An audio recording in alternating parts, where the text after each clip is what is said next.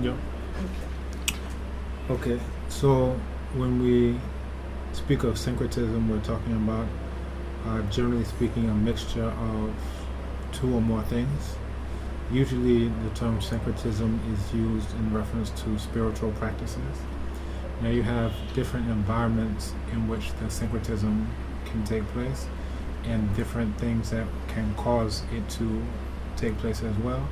So, in this, let's start with a foundation of power, because a lot of the imperatives that cause someone to decide, quote unquote, to syncretize are due to power relations. So, one could be due to force, right? So that one should be very clear. If you don't syncretize, I will beat you or I'll whip you or any of these types of things. Then you also have coercion, it's just short of force. And then underneath that you have influence. So because you hold me in high esteem, that's why you're going to do it. You have manipulation, and this one is much more subtle. You don't even understand the reasons why you're doing it. You just know that you're doing it, and you just think it's entirely you. However, certain things have been put into your environment or put into your mind to make you, quote unquote, make that decision. And this is a framework from the psychologist Dr. Amos Wilson. He has a book called Blueprint for Black Power, where he goes into different levels of power. So now let's take it from force. So in terms of force, here you have a period such as enslavement or colonization. Especially in the case of enslavement, you have people who were prevented from practicing their own spiritual systems. And there were various types of punishments, medieval types of punishments if they caught you practicing your own spiritual systems. Now, you had different things in different places. So, for example, after the Stono Rebellion, so this is in the United States, it's regarded as one of the first major uprisings. This took place in Stono, South Carolina. You had an African out of Angola, referred to in some of historical documents as Jimmy. And one of the things that the Africans did is that they used drums in order to signal to others. So just like we have Atumpang here, that they were able to communicate with others what they were going to do, how they were going to do it, all these types of things. And, they were very successful. They went to this plantation, burned this one, were able to defeat their enemies. But then, they came across a militia. The governor escaped. They saw the governor on the horse. They were almost able to capture him. He escaped. They summoned a militia, and then they were able to suppress the rebellion. And one of the outcomes of this are what are referred to throughout times by different names, sometimes called the slave codes, black codes, etc. But basically what happened is that they outlawed various types of things. So because they realized that the role drumming had in terms of being able to communicate, let's assemble Mun Kantwa and Mun Kantwa and Mun Kantwa. They wouldn't know what that is. They say, oh, they're just drumming. But they're saying, get ready for battle. So these were some of the things. So especially after that, as a major turning point, this is where you have force, and because of the force, that if we catch you doing it, we'll lynch you. If we catch you doing this, we'll rip your tongue out of your mouth. If we catch you doing this, they would have other things where they would tie each one of your limbs to a horse. So this one, your legs, different horses. And then they whip all the horses at one time, and then they start to pull your body apart. So all that's left is a torso. So they have all types of tortures that they would do. They did a process that was called tarring and feathering. So the hot asphalt that they use in order to pave the streets is made out of tar, or asphalt now. But they would take this black tar as it is scalding hot, right? So picture, you have boiling water, right? And now this isn't water, this is tar, so it sticks to you. So they would pour this all over you, and as it's scalding you and melting your flesh away, then they would put feathers on it as well. So all of these were different types of tortures that they would use, for Africans using their own spiritual systems, for Africans speaking their own languages and anything associated with Africa. But then you had other places like Brazil and some places in the Caribbean where some of the Europeans, they thought it would be a good idea for Africans to continue to do some of these things because they saw this as, a continuation of those pre-colonial fragment identities. So as opposed to everyone coming to see, yeah, we're all black people, we're all in the same boat, let's do something against these whites. They saw some of these divisions as being helpful to them. So if you think you're Asante and you think you're Ewe, you think you're Yoruba, you think you're whatever, well, now you're not going to come together. So they saw that some of those types of practices would actually be helpful in subverting these black people from coming together as we're all Africans and fighting against the Eurasians. Now, in both cases, let's go back up to North America. So we came to South America. Let's now go back up to North America. You had, and we're coming back to the main point, which is syncretism. So you had a situation where you can't openly practice what you were practicing before. And because you can't openly practice, now you are forced to do certain other things. Now, again, this wasn't always the case. Early on in the practice of Christianity in the so-called New World in the Western Hemisphere, the idea was if you accept Christianity, then you can't be enslaved, right? If you accept Christianity, you can't be enslaved. But then you had one of the major historical figures was called Charles Colcott Jones. And what he did is, as some of these members of what are called this movement of the Great Awakening, was to come up with a rationale to say, even though you may convert to Christianity, we can keep you in enslavement. So with this, they came up with this idea of, we will free you spiritually, but we can still enslave you physically. So whereas before the law was very clear that as soon as you say, all right, I'm a Christian, I can't be enslaved, they said, no, we'll make it such that they can be Christians and enslaved. So here you're talking about late 1700s, early 1800s, which is where you had more of a movement, this so-called Great Awakening, to convert, enslaved Africans who were still practicing their own spiritual systems to the best of their ability. So now they said, we can use Christianity to help us enslave them. You understand? And this is exactly what they did. So this is part of the idea. When you see this image of a white Jesus, that's not the original image. If you go to Europe, you can see the original image, and it was black, the black Madonna and Child. This is Black Mary, Black Jesus. You can find somewhere between 400 to 500 of them all throughout Europe. However, what they decided to do is they're not going to show this to the African people who they are enslaving. What they're rather going to do is show the more recent image, which is the son of Pope Alexander VI, and the name of that is Caesar Borgia. So this was the model according to some of Caesar Borgia's contemporaries, such as Alexander Dumas. If you've ever heard of Three Musketeers, you're talking about this author. They said that he was actually the model that Da Vinci and some of these other painters used for this modern Jesus. So you're talking around the late 1400s, early 1500s, that they decided, you know what, we're white, so why are we worshiping images of black people, right? Well, the reason why is because the original images of Jesus, Mary, Joseph, that originally those were modeled off of Heru, which was the son, that was the Jesus, Auset, which was the mother, and then Asar, which was the father. So they basically took this African spiritual system and embraced it wholesale. But then they started thinking, why are we embracing African images? We should be worshiping people who look like us, white people. So then so now we're coming back up to date. This was the image that they decided to show to African people who they planned on enslaving. They could have said, let's show you the original image, which is black, but people who you want to enslave, first you have to make them think that everything that they are is bad and everything that you are is good. Once you do that, then you have certain side effects that come from that. One of the main things is self-hatred, and it comes out in various types of ways. And you can even see the effects of it today, where you have women who don't like their hair, and they never stop to think, why don't I like my hair? I'm supposed to believe in the Creator, and I'm supposed to think the Creator is perfect.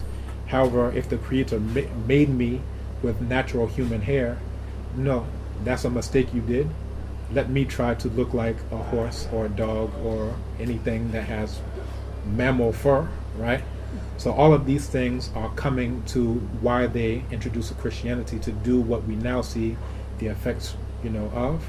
So, at this point, again, the Great Awakening is where you start to see a mass conversion of African people away from, before that, they were known as, they're doing voodoo, they're root doctors, they're doing whatever. But now this is where you have the, foundation of various black churches, especially in the 1800s. Because before, if you're a Christian, you can't be enslaved. Now they say, no, you can be Christian and you'll get your pie in the sky, swing low, sweet chariot, like all of these songs that they're talking about. So we'll enslave you all the days of your life, but then when you die, that's when you go and become free. However, African people, they were always looking for a way to become free. So they took that same Christianity, and then like Nat Turner, this was a revolutionary leader who fought against these whites and in no small part contributed to the ending of enslavement. Gabriel Prosser was another preacher, a black preacher. Denmark Vesey is another. And what they started to do is that they would look, especially in the Old Testament, and they would try to find themselves somewhere in the Old Testament. Is it okay? Okay.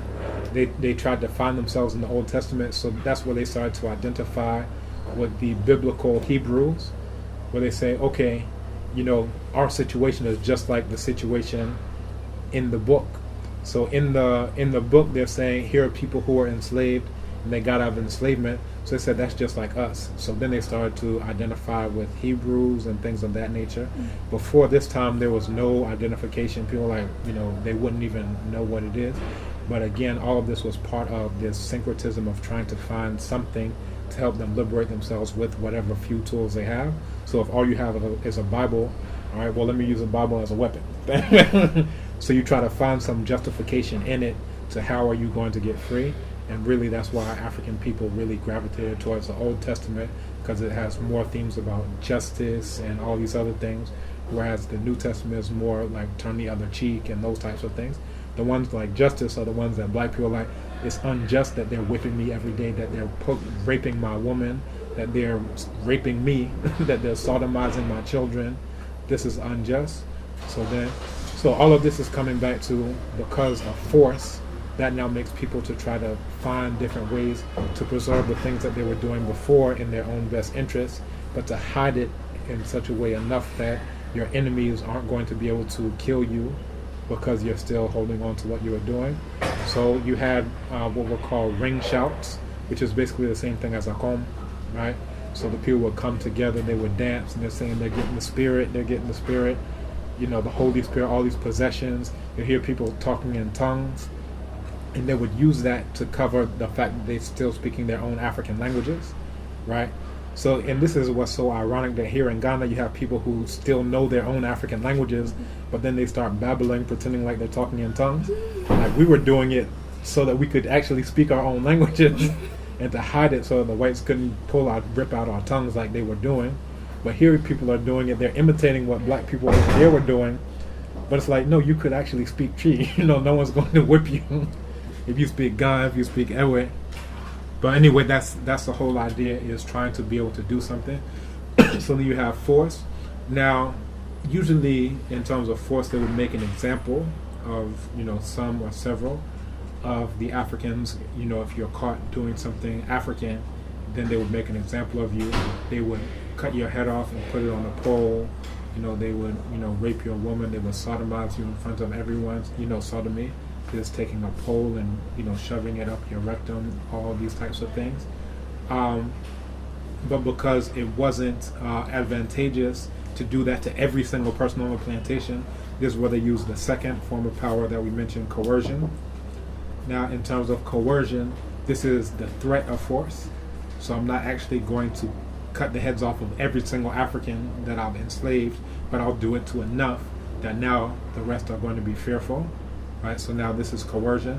So now you're doing syncretism, not because you've been whipped, but because of the threat of being whipped, not because you've been lynched, not because you've been dismembered, but because of the threat of those types of things. So this is another impetus that makes people say, all right, well, let's syncretize. Let's try to hold on to whatever we can, to whatever degree we're able to trick them. But, we have to do something. And what you find, let's come back down to Latin America, is that as they were doing this syncretism, you would have them meld their own abosom or orisha, that's the Yoruba tradition, to the names of different saints. There's a song in Portuguese. It says, "O nego religioso dentro de casa tem seu gonga." And it's the religious black man. Inside of his house, he has his gonga drum, right? So it's like you can't play it outside, but inside, I'm going to keep my own drum. So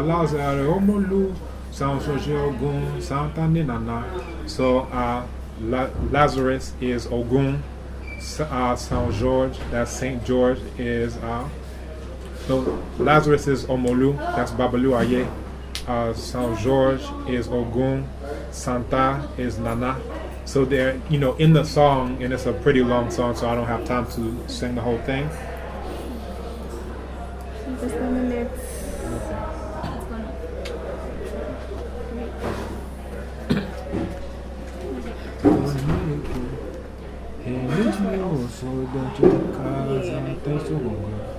That's what did you say?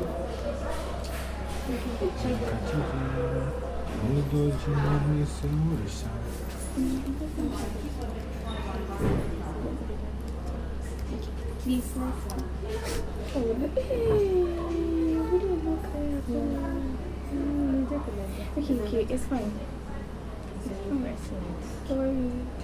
Are we okay? Yes, please. Okay. You're recording me now? Yeah. Not now. As in when you start. Okay, hold on. I want to find this song, so pause until. Okay. It's actually worth playing because what it does, it goes through what the names of the saints are and what the names of the Orisha, that's the Yoruba tradition, what each one of those are.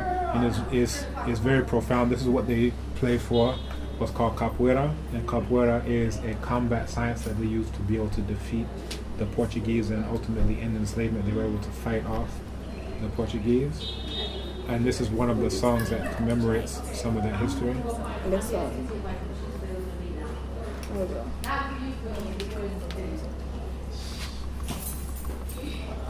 how are you? Good afternoon.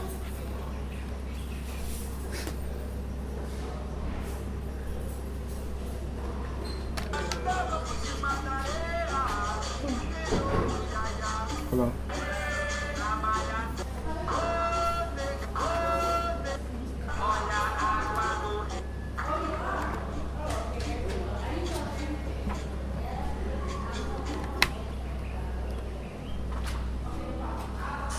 Okay, you can stop. And I'll translate it as he's saying it.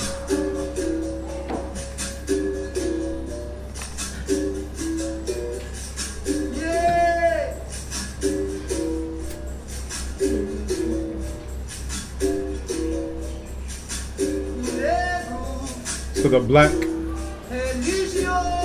religions, inside of his house, he has his gonga drum.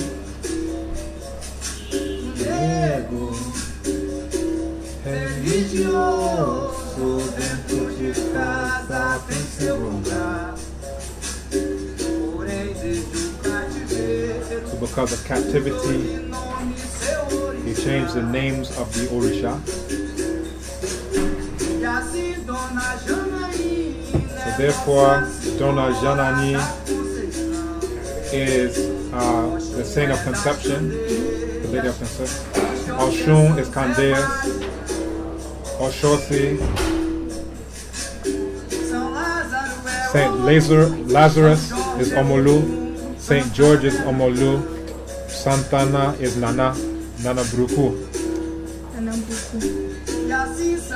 Therefore, Saint Bartholomew is Oshumare. Saint Pedro or Peter is Shango. Oba is Joan of Arc. And Orishala is our Lord. And then long live my creator. And then they start going into it. So all this is coming out of Brazil.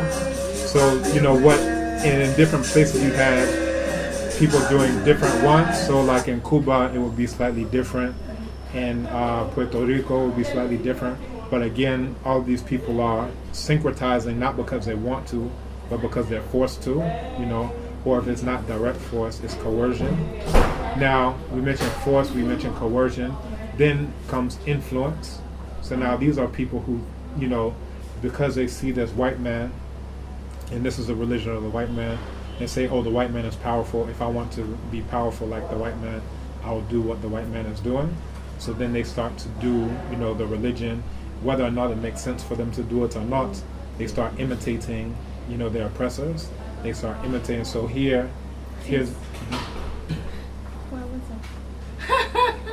Oh, today is not a day. Ayama. Well, no. Me Restarted. Mature. Oh, cheeky. Aye, and she said, "You're a number there, mom." Eh, would you a nick again? Okay. Yeah. Okay. So, so now this is influence. So now this is where you have, especially after this point of saying, you know what, we can just tell them that they'll be liberated in the sweet by and by. After they die, they'll get their pie in the sky in heaven. They'll be suffering all the days of their life. But now, after they die, they'll have another white man over on top of them, at that point. So, for some people, they rejected that. For others, they have that influence of, okay, here's this preacher, here is this, master who is saying that things will get better for me if only I convert. Now, even after some people converted, they realized that they were still being raped. They realized that, they're still being sodomized, they're still being amputated, they're still having all these things going on. Like if you run away, they cut off a leg. If you do this, if you speak an African language, they cut out your tongue. So they, said, you know what, this isn't the way to go. And they attempted to run away and establish free societies. So in Brazil, you have what we'll call quilombos. Quilombo is a word from Kikongo language, the language of the Congo Empire. So they would set up what was called a quilombo. The most famous of these was called Palmares. So that way they didn't have to, do things based on the force or the coercion or the influence. They were able to, as best as they could remember, try to reconstruct their African identities that they had, prior to being enslaved and kidnapped and taken there. And then in some of the Spanish places, they called those same types of societies palenques, but it's the same thing. African people who were able to run into the mountains or into inaccessible places and then establish some of the first free republics in the Western Hemisphere. So, when we think, oh, freedom and these types of things, democracy, people think about places like the U.S., but at the time of Palmares, we're talking about 1500s, and, somewhere going slightly into the 1600s. And these were the first free republics in the Western Hemisphere, because at that time, what would later become the United States was still an enslaving empire. And as many people don't know, it's still legal to practice slavery in the United States. According to the 13th Amendment, it says slavery shall not exist unless after you've been convicted of a crime, right? So they worded it in such, as a matter of fact, a documentary just came out about this, and I wrote a paper on this last year, that they were very clear that they were wording it in that way so that they could go back and enslave the black people again. So anytime it's time to pick cotton, they will arrest you for sitting there. And now you're still legally enslaved, you're working for free, right? So there's a, you can look up Worse Than Slavery, a book called Worse Than Slavery. You can look at a documentary called Slavery by Another Name. But, at the time that these, white people were still enslaving African people, we were setting up free republics. We were setting up places where people could come to and be free. So you found this in, Latin America. We mentioned Brazil and some of the Spanish places. There's one of the leaders of a rebellion in what's now Mexico, Gaspar Yanga, was, one of those who was able to set it. So these are people who are saying, we don't want to do this syncretism type of thing. We don't want to live under this European hegemony. We want to be free. So to be free, we're going to get out from under your hegemony. And so we've looked at influence. Influence is basically like saying, because whites are powerful, I'll do whatever they say do, right? You're taking authority to be the truth, right? You don't care, or you don't have the luxury of saying, I'm going to stand on what's true. You're just saying, because I'm in this situation, I'll just do it. And then you have manipulation, and this is the highest form. This is what we're dealing with even now today. This is where people will, just say, I'm seeing that all of the rich people are in Christianity, right? So if I want to be rich, guess what? Right, so it's not necessarily anyone telling you have to do it, but you see a billboard, and here's this preacher who has, his three-piece suits, and, he's standing in front of a Mercedes-Benz, and so all of these things that are surrounding you and put into your environment are all put there. And again, all of it goes to ultimately enrich the same white people who introduced it to you in the first place. So now, once you want to do all the things like this rich preacher man does, where do you go to get your preacher man Mercedes-Benz? Who do you pay for that? Where do you go to get your preacher man private jet? You understand? Where do you have to go to get your preacher man Jerry curl and whatever understand? Where do you go to get your suit and tie and your robes and all of these things enrich the same people who gave it to you in the first place in order to colonize you and enslave you, right? So they're still the beneficiaries today, and that's the whole reason. So anytime someone gives you something, they're thinking about, how is it going to benefit me? You understand? So let's look at all of the things that they took away from us. They said your language, we know that that's valuable. That's something that you can use to free yourself. So we'll take that away. The drums, we'll take that away. Your cultural practices, we'll take that away. Your spiritual practices, we'll take that away. So if they took away everything that is valuable to an African, that would make you think logically, well, why would they give you Christianity? We're taking away everything that's valuable, and therefore we're giving you Christianity. What does that tell you about the value of that for African people? Now, that doesn't mean that we haven't tried to make it valuable. So like I mentioned, Nat Turner was a preacher, and he fought against, this enslavement. He said, if this is all I have, I'm going to use it, to the best of my ability. But again, as we're looking at syncretism, we're looking at the causes of syncretism. So we mentioned force, we mentioned coercion, we mentioned influence, we also mentioned manipulation. And these are the things that cause, or has caused people to say, let me syncretize because I can't do it.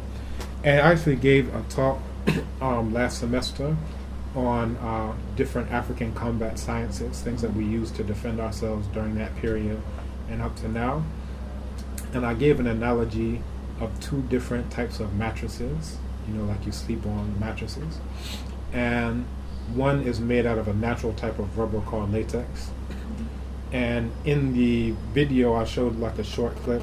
In the video, if you put something like heavy, like a big heavy bouldering ball or a weight on it, as soon as you remove it, it pops back up. That's something natural. As soon as you remove it, it pops back up, right? But then there are those that are made of what they call memory foam. It's like a chemical synthetic type of composition. For those ones, if you put this weight on it, it stays. You take it off and it stays low. It takes so long before it can start to even look like it's about to come back. And this is essentially what we have. We say that, okay, slavery was, at some point in time in the past, even though we know it still exists under different names. Colonization, that was sometime in the past, but we know that it still exists, in different forms. But we're looking at the difference between a natural reaction to its, at least its transformation versus an unnatural reaction to it, right?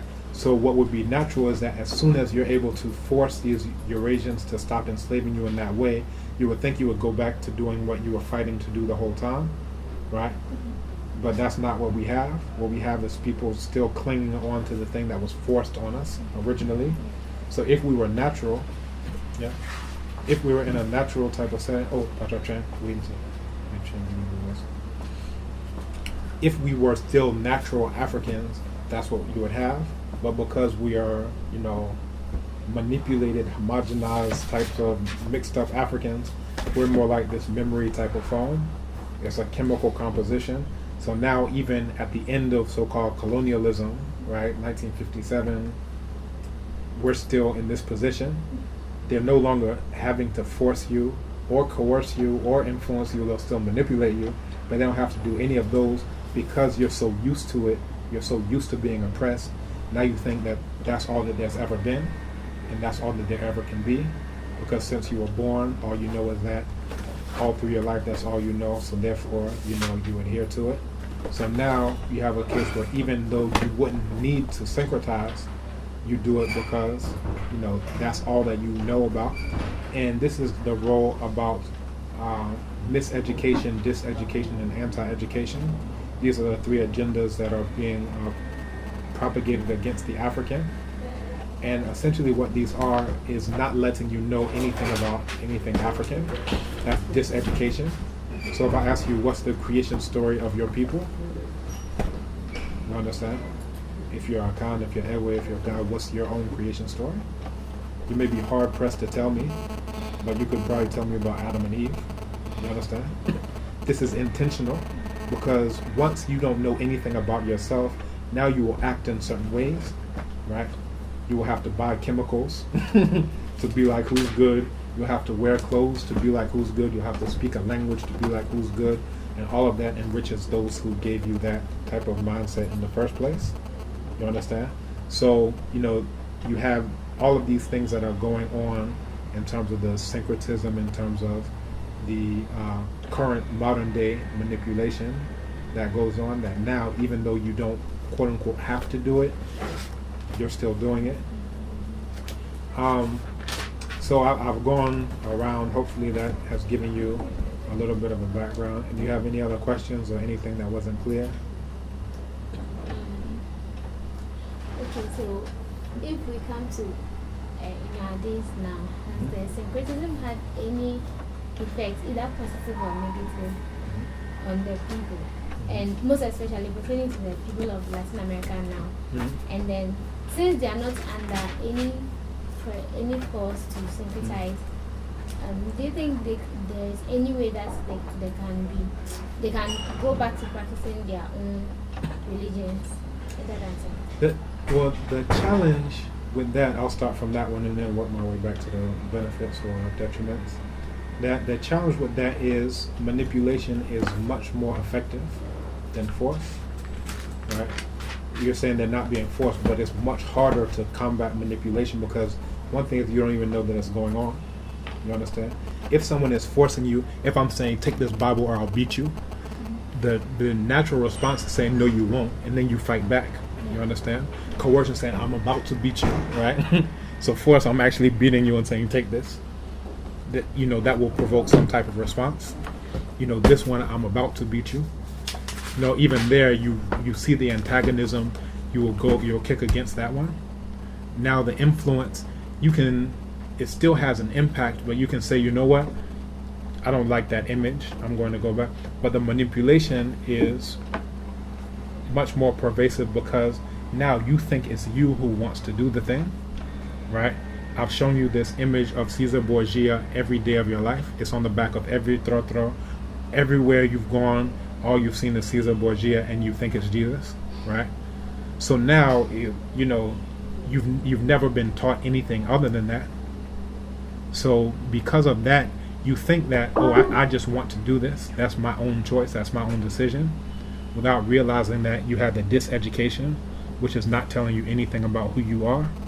The miseducation is telling you the wrong thing, which is everything the African people do is evil and demonic and bad and satanic and blah, blah, blah, blah, blah. That's telling you the wrong thing, right? And they were telling you that because they realized that you could use that in order to fight them. You could use that in order to get their colonization off of you. So they want to take away every instrument, every tool of liberation that you could possibly use and leave you only with this image of Caesar Borgia, who looks exactly like your enemy who's sitting there in the dungeons and enslaving you. You understand? So now will you fight against someone who looks exactly like this thing that you're worshiping? Would you? Say this is the only begotten son of the one who created everything, the sun and the moon and the stars. This is the only son. He looks just like me. Are you going to fight against me now? This is the whole point. So they're not doing it to save your soul. They're not doing it to help you. They're not doing it for any altruistic reason. They're doing it because they're saying, We're going to steal your people and use them to build up America, which is why it's so built up, and the UK, which is why it's so built up, and France and all these other places. Those people who would otherwise have been building up Africa, now they are building up America. The White House was built by enslaved Africans. You understand? All of these things that you think of when you think of these places that were built by enslaved Africans, because those were the architects, those were the engineers, they had all of those skills from Africa, but now instead of building up Africa, they're building up, over there. So the miseducation, diseducation, and anti-education. Anti-education is really what comes about after manipulation. So now because you've been manipulated so long that you think that this is your own thought, I just want to pray to Caesar Borgia's image, right? Now you'll fight against anyone who gives you the actual information because you're against education now. You don't want any knowledge, because the only way you can keep doing what you're doing is to live in abject ignorance, to not know anything about Africa and not know anything about what your enemies have been doing to get inside of your head. You understand? So anti-education is really you being affected by all of this manipulation. Now, we are talking about, would it be easy or would it be possible for them to get out of it now that there's not force? It's actually more difficult to get out of it now that there's not force. Force is the most, how would I say it, unsophisticated, of these different types of power. It's easier to get out of it when there is force because you will fight against it, which is why they had to end enslavement. Within 1 year of the British being beaten in Haiti, that's when they decided to end the quote-unquote slave trade, right? As a direct result of them getting beaten, over 12,000 British soldiers were killed, because at that point in time you had Britain and France, they were at war. So what Britain said is, Saint Domingue is the French colony, or former French colony. Oh, hold on one second. Ata?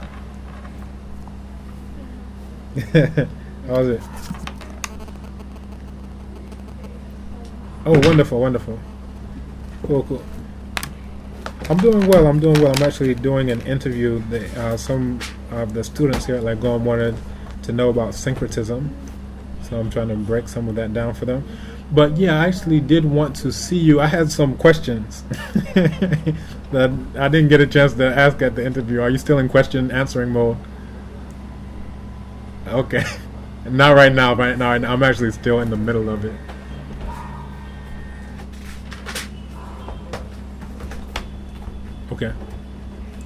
Okay, no problem. But you're there this evening. Okay, wonderful. I'll see if maybe I can stop by if it's not any imposition.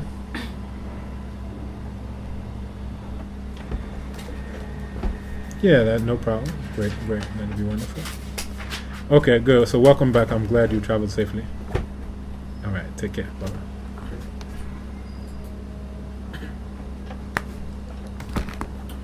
Okay, so I was saying that it's more difficult now that there isn't the force, now that there's less coercion. It's not that there's no coercion, there's less coercion.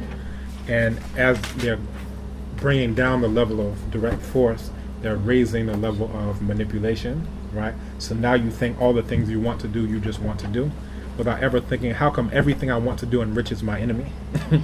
The clothes I just happen to want to wear, who do I have to buy that from? The things I just happen to want to do to my hair, who do I have to go to get the chemicals, to do that?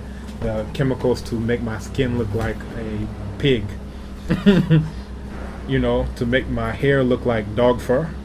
Who do I have to go to? You understand? And you think that this is just my own thought, without realizing in entertainment, every Hollywood movie I've seen, they said the word beauty, and then they showed this woman with fur that looks like a dog swinging the fur around, and you just say, oh, I just love it.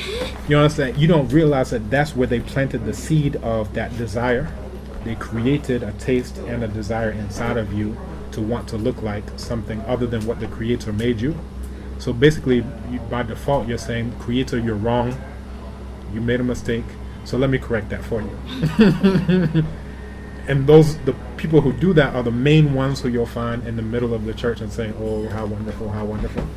You understand? But they're blaspheming against their own temple that was created perfectly already. You understand?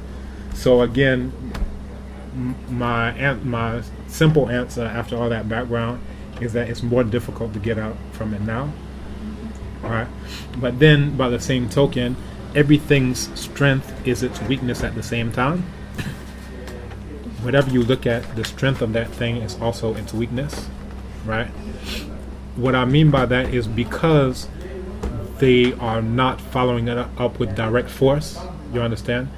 Now it could possibly happen that now you have knowledge introduced to you, right?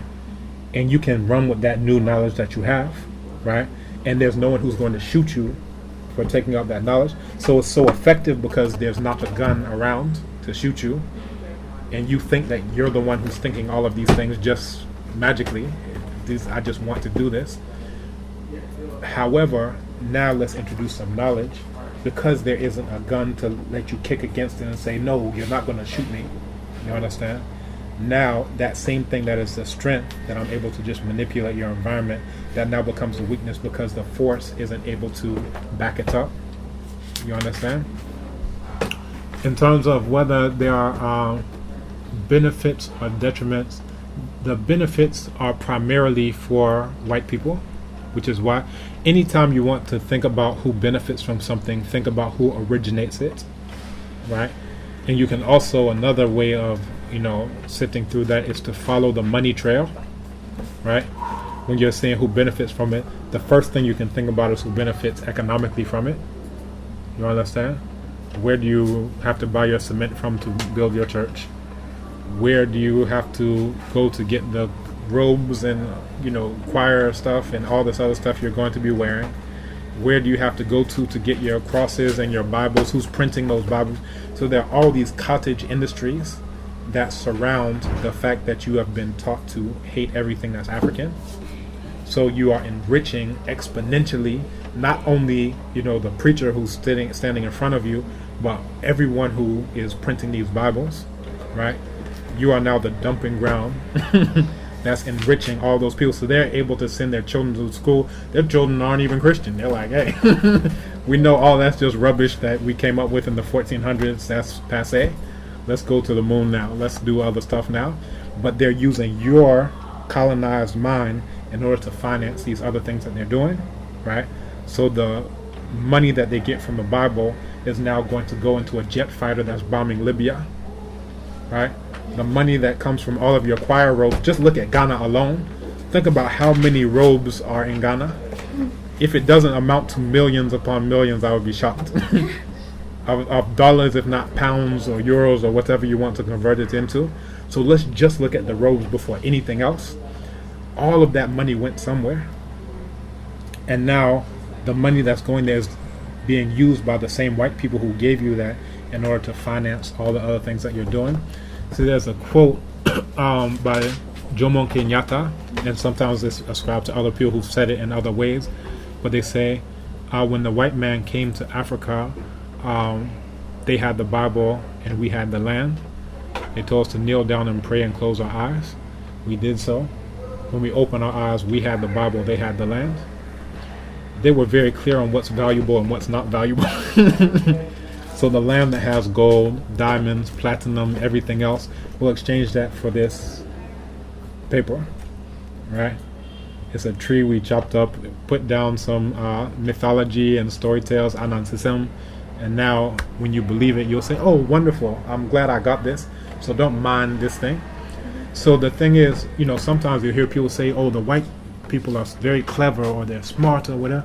If you really believe that, then you would have to understand, then they were smart to say, we'll give you something that's valueless in exchange for something that's valuable, right? If you want to believe that, you have to follow its logical implications of them giving you something and that's not valuable in order to take something that's infinitely valuable, right?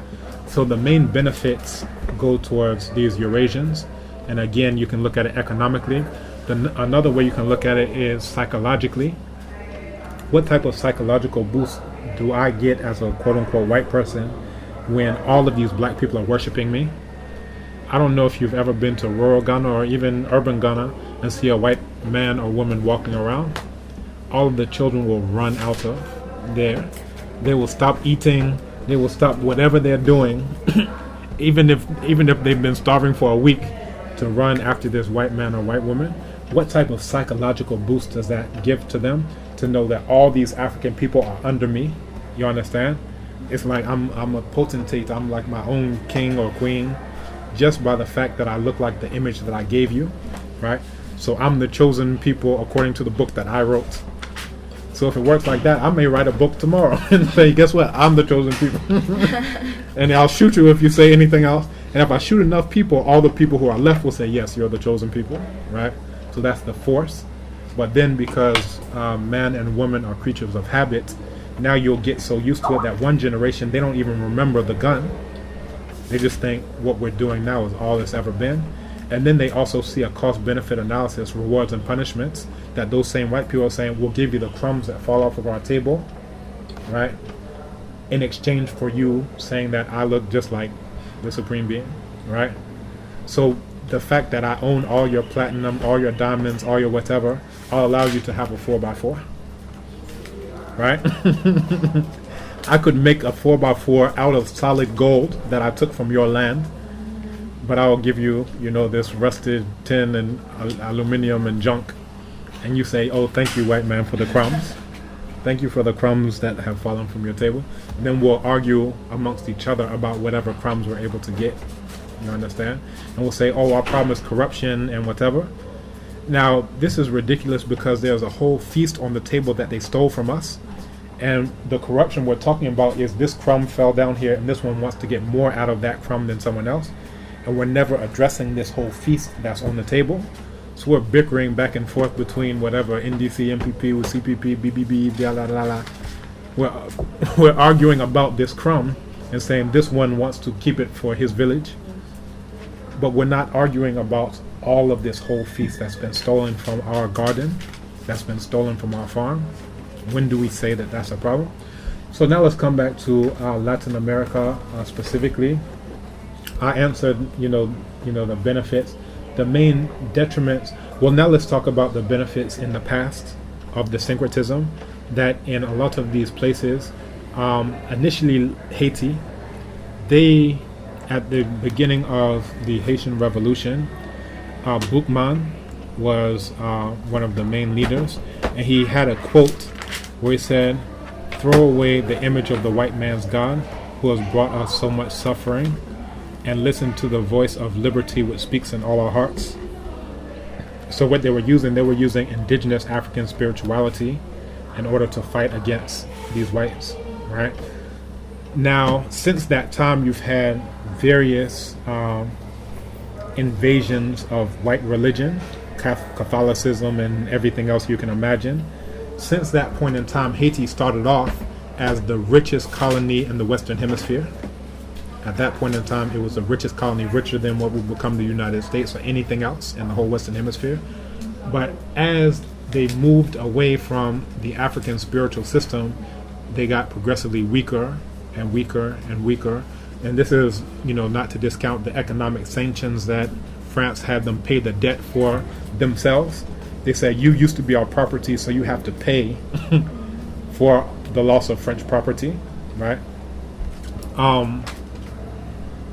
So, again, we can see a downward trajectory from African spirituality to, as they become more and more Christian, they suffer more and more and more and more. But then, I also mentioned examples of people trying to use Christianity to get out of enslavement, to lead rebellions and revolutions and so forth and so on. In my opinion, the majority, the lion's share of the benefits come from, again, following the money trail. And, not only the economics, but also in the area of psychology we mentioned, in the area of health, because now all the chemicals that are seeping into your scalp because you want to look like, a dog or a horse or something else, now there are health effects that come from that. Now you have fibroid tumors. So now who do you have to go to cure your cancer? You understand? Now you have brain cancer. Who do you have to go to? So they also benefit in the area of health. You understand? And we can look at every single area of human activity. You can see in the area of education. I see these books that say, who is this an image of? And it's an image of Caesar Borgia, but it doesn't have the name Caesar Borgia. It'll say this is Jesus. And if you want to get it right, you better say that. The benefits of colonization. So they're producing textbooks in order to buttress all of the lies that they've told you already. So again, you can see, the lion's share of benefits going to our enemies, and then the lion's share of detriments coming towards we Africans. And again, if you create something, you're creating it in your own best interest. So now let's look at African spiritual systems. Those were given to us by our ancestors for our own best interest. So they would have, this is a sacred grove. You understand? That ensures that for perpetuity, all throughout time, that this will be here for African people. They'll say this is a sacred river, this is a sacred lagoon. While we were doing that, the environment was fine. Now look today, everyone is Christian, and this river that used to be a sacred river now looks like a dump. This lagoon that used to be a sacred lagoon, where people who I know who are old enough to remember, they say, I remember when I was young, I used to take water from it and drink from it. If you took water and drink from it now, it would just fall through and just burn like acid all the way, and it would come out of your foot. You understand? So that was the spiritual system that was created by African people for the best interests of African people. You can also look at,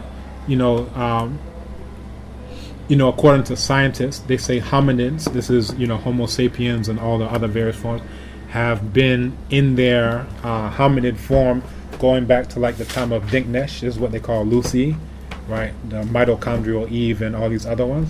So these are dated to like 3 million years plus, right? So African people were living with elephants for 3 million years plus. So there were elephants roaming around. You still have proverbs talking about this is the elephant, this is what you do with the elephant, blah, blah.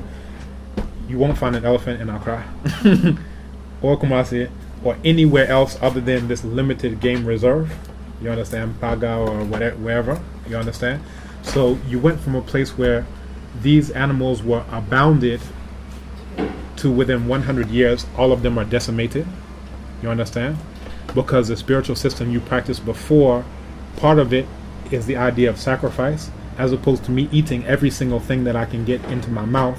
I say I have to leave some for the future generations. So instead of eating every seed, no, here's a granary, and this is so that when I reincarnate, there will be some seed for me to eat at that point in time. This is why you have names like Nana Yao, Abebio, and all these things. It has an idea of reincarnation, because even if you want to be selfish, it's built in that, all right, I'm thinking about myself when I come back. You understand? This is the thinking. And we go back to the animals. Within 100 years, all of these animals, whether it's lions, leopards, gazelles, they went from being abundant throughout, the countryside, to within 100 years of getting Christianity, almost some of them are completely extinct. Not a single one exists. You understand? So this is the difference. The lion's share of benefits from African spiritual systems accrue to African people. The lion's share of because you created it for you to benefit. Are you going to give your own child a loaded gun? Are you going to give your own grandchild a knife? You understand? Here's a machete. You're 1 year old. Here's a machete. Play with it.